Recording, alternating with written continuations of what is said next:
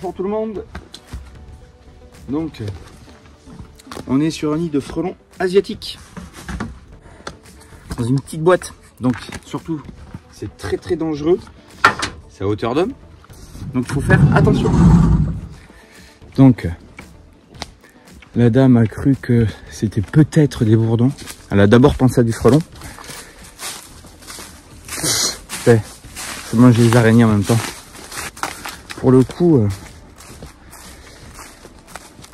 ou des bourdons. Les bourdons, comme vous tapez, ça fait... Voilà, ça fait... Ouais. Donc il fait beau. Les incendies, on va plus en parler. C'est fini. Et ça, c'est cool. Si on avait encore une commune à évacuer, ça aurait été la mienne. Et ça, c'est galère. Donc, vous voyez, je vais vous montrer un truc. Ce genre de trou, faut faire super attention. Là, pour l'instant, il n'y a rien. Ça doit être un vieux trou de top. Mais il y a quand même une petite galerie. Et là, ça, les guêpes et les frelons.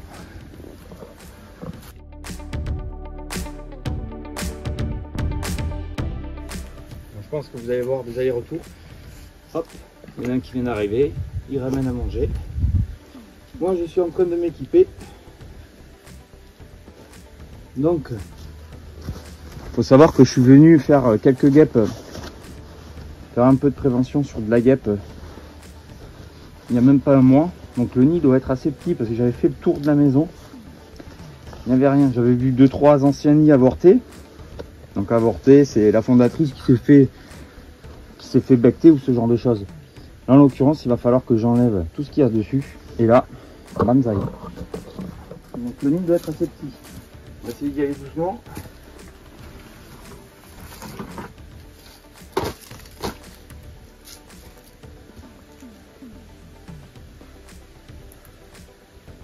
Non les gars, il n'y a pas de danger.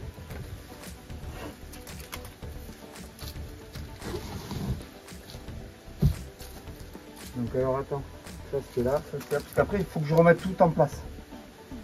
Regardez le drone. J'ai fait des vibrations, j'y vais doucement pour éviter de prendre une attaque. Et là on est dans une configuration assez compliquée.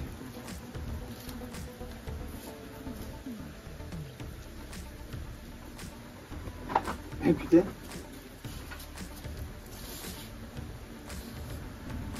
Donc là, voilà, l'attaque commence.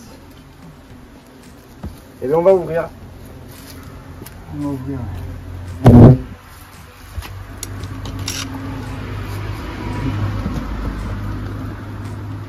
J'ai pas envie de le casser le truc.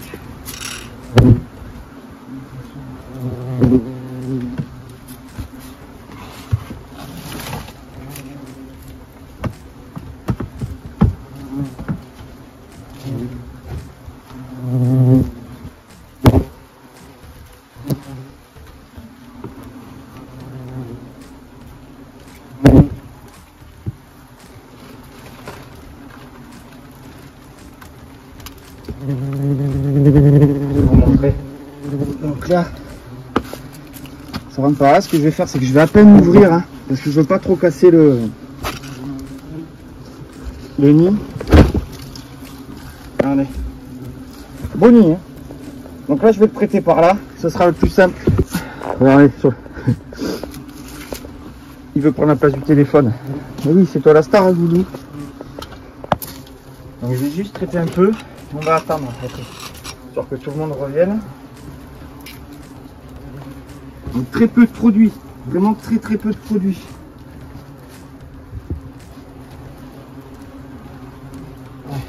Déjà, ça serait bien d'y voir.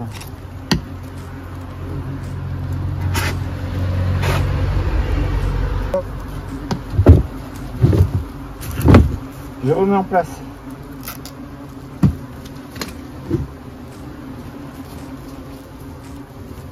Et là, on va les laisser rentrer.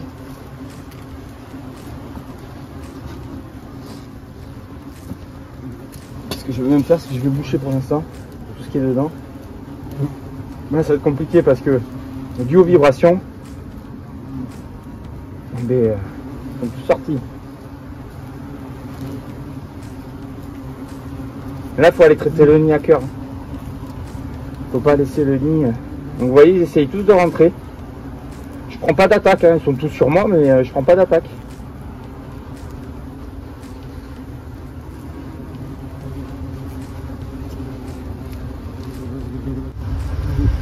Allez. Allez. Vous avez vu comment il se rue à re-rentrer?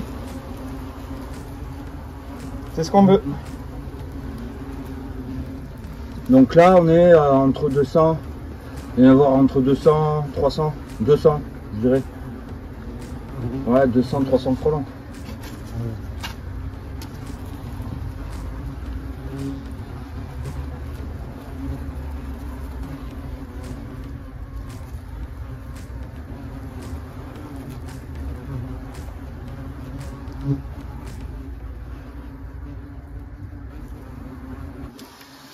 Allez, vous avez 2 minutes d'ASMR.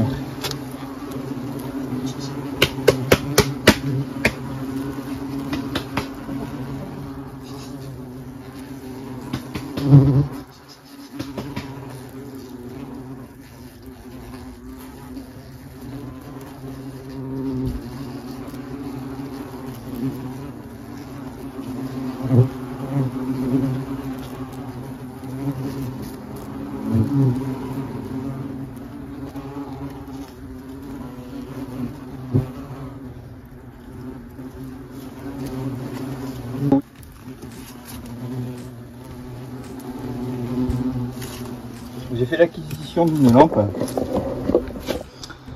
Franchement, elle éclaire super bien. Là, on est en pleine journée. On arrive à voir le point. J'éclaire super loin. Je suis trop content. Pas cher. C'est pas Wish. Regardez ça.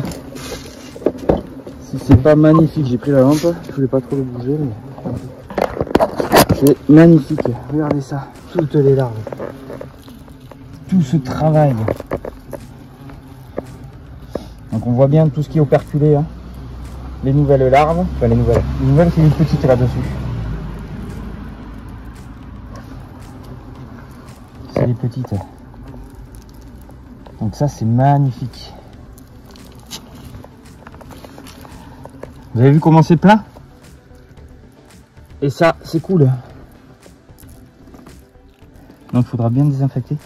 Donc là, les nouvelles, on voit bien les nouvelles larves. Ensuite, ça grandit. Et ensuite, ça devient... Alors, je pense pas que ça va soit mieux. Je vais pas enlever les gants hein, pour voir. Vous voyez? Hop, ça devient des gros asticots. Ça devient des grosses larves. C'est bon pour la pêche, ça, je pense. Regardez. On voit bien, super bien les petites dents là qui viennent déchiqueter les chars d'abeilles. D'abeilles, de guêpes, ça chasse tout. Donc là, imaginez, une fois que tout ça c'est né, et bien c'est remplacé par d'autres. Et ça c'est terrible. Donc là je vais les remettre en place, histoire de bien que ça soit contaminé. Voilà. Et surtout boucher les trous. Allez, je vais le remettre en place. Donc il faut savoir que, vu que c'est operculé, elles ne prennent pas le produit. Après, quand elles vont naître, elles vont s'enlever. Elles vont crever, gentiment. Parce qu'elles seront toujours en contact avec le produit. Parce que quand ça naît, ça devient un frelon, plus une larve. Magnifique nid. C'est bien sympa. Donc vous voyez, ils sont en train de rattraper leur retard là. C'est si on fait le rond là, parce qu'ils n'avaient plus trop la place. Mais si on fait bien le rond, ça commence à devenir sympa. Un ballon de basket taille 5. C'est ce qu'elle a ma fille. Allez, on va le remettre en place. Donc il faut savoir que le frelon là, il passe dans ces petits trous là, les petits trous que vous avez. Donc c'est un opportuniste. Donc le frelon c'est un opportuniste. Donc là on va le remettre gentiment. à sa place.